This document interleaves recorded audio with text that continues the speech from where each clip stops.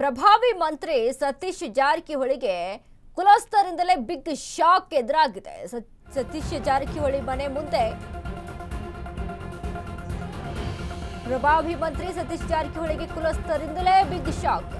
ಸತೀಶ್ ಜಾರಕಿಹೊಳಿ ಮನೆ ಮುಂದೆ ವಾಲ್ಮೀಕಿ ಸಮುದಾಯದ ಪ್ರತಿಭಟನೆ. ಉತ್ತರ ಕರ್ನಾಟಕ ಪ್ರದೇಶ ವಾಲ್ಮೀಕಿ ನಾಯಕ ಸಮಾಜದಿಂದ ಪ್ರತಿಭಟನೆ. ವಾಲ್ಮೀಕಿ ಸಮಾಜಕ್ಕೆ ನ್ಯಾಯ ಕೊಡಿ, ಇಲ್ಲವೇ ರಾಜೀನಾಮೆ ಕೊಡಿ ಅಂತ ಆಕ್ರೋಶ. ವಾಲ್ಮೀಕಿ ಸಮಾಜಕ್ಕೆ ಸಿಕ್ಕಿರುವ ಶೇಕಡಾ 7% ಮೀಸಲಾತಿಗೆ ತಳಬುಡ ಇಲ್ಲ. ಈ ಮೀಸಲಾತಿಗೆ ಶಾಸನಬದ್ಧ ಮಾನ್ಯತೆ ಕೊಡಬೇಕು ಎಂದು ಆಗ್ರಹ. ಕೋಲಿ ಕಬ್ಬಲಿಗ ಜನಾಂಗದವರ ಸುಳ್ಳು ನಕಲಿ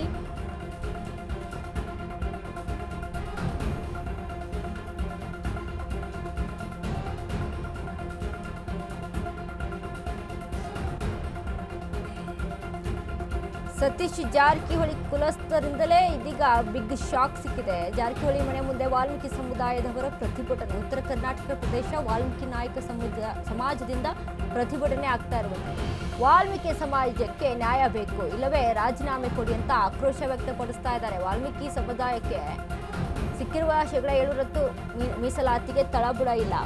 ಈ ಮೀಸಲಾತಿಗೆ ಶಾಸನಬದ್ಧ ಮಾನ್ಯತೆ ಕೊಡಬೇಕು ಎಂದು ಆಗ್ರಹ ಕೇಳಿ ಬರ್ತದೆ. ಕೋಲಿ ಕಬ್ಬಲಿಗ ಜನಾಂಗದವರು ಸುಳ್ಳು ನಕಲಿ ಜಾತಿ ಪ್ರಮಾಣ ಪತ್ರ ತಡೆಗಟ್ಟಿ ನಕಲಿ ಜಾತಿ ಪ್ರಮಾಣ ಪತ್ರಗಳ ವಿರುದ್ಧ ಸ್ವತಂತ್ರ ತನಿಖೆ ಮಾಡಬೇಕು ಅಂತ ಪ್ರತಿಭಟನೆಯನ್ನ ಮಾಡ್ತಾ ಇರುವಂತದ್ದು.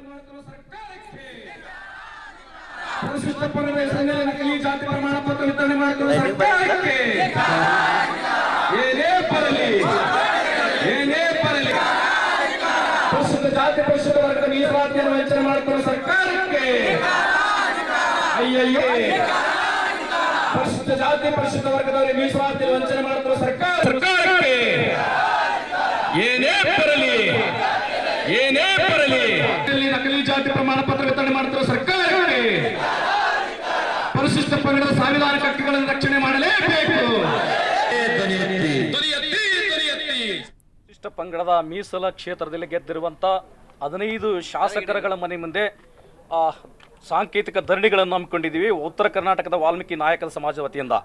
ಕಾರಣ ಪರಿಶಿಷ್ಟ ಪಂಗಡದ ಸಾಂವಿಧಾನಿಕ ಹಕ್ಕುಗಳ ರಕ್ಷಣೆ ಮಾಡುವಲ್ಲಿ ಸರ್ಕಾರ ವಿಫಲವಾಗಿದೆ. ಹಾಗೆ ಪರಿಶಿಷ್ಟ ಪಂಗಡದ ಹೆಸರಿನಲ್ಲಿ ನಕಲಿ ಜಾತಿ ಪ್ರಮಾಣ ಪತ್ರಗಳು ಹಿಂದುಳಿದ ಪ್ರವರ್ಗ 1ರಲ್ಲಿ ಬರ್ತಕ್ಕಂಥ ಕೋಲಿ ಕಬ್ಬಲಿಗ ಸಮಾಜದವರು ನಕಲಿ ಜಾತಿ ಪ್ರಮಾಣ ಪತ್ರ 2.5 ಲಕ್ಷ ಈ ರಾಜ್ಯದಲ್ಲಿ ಪಡೆದಿದ್ದಾರೆ. ಅದನ್ನು ಇವತ್ತು ರಾಜ್ಯ ಸರ್ಕಾರ ತಡೆಗಟ್ಟುವಲ್ಲಿ ವಿಫಲರಾಗಿದ್ದಾರೆ. ಹಾಗೆ ಮತ್ತು ನಮ್ಮ ಪರಿಶಿಷ್ಟ ಪಂಗಡದ ಮೀಸಲಾತಿಯಲ್ಲಿ ಗೆದ್ದಿರುವಂಥ 15 ಮಂದಿ ಶಾಸಕರುಗಳು ಶಾಸನ ಸಭೆಯಲ್ಲಿ ಧ್ವನಿ ಎತ್ತಿ ಈ ನಕಲಿ ಜಾತಿ ಪ್ರಮಾಣ ಪತ್ರಗಳು ತಡೆಗಟ್ಟುವಲ್ಲಿ ವಿಫಲರಾಗಿರೋಂಥ ಒಂದು ಕಾರಣಕ್ಕಾಗಿ ಶಾಸಕರೇ ಶಾಸನ ಸಭೆಯಲ್ಲಿ ಧ್ವನಿ ಎತ್ತಿ ಮಾತಾಡಿ ಅಂತೇಳಿ ಅವರ ಮನೆ ಬಾಗಿಲಿಗೆ ಬಂದು ಇವತ್ತು ಧರಣಿ ಮಾಡೋದ್ರ ಮುಖಾಂತರ ನಮಗೆ ನ್ಯಾಯ ಪಡ್ಲಿಕ್ಕೆ ನಾವು ಬಂದಿದ್ದೀವಿ ಸರ್.